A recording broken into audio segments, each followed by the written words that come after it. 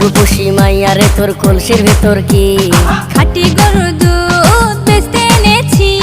ও রূপসী মাইয়া রে তোর কলসির ভেতর কি খাঁটি গরুর দুধ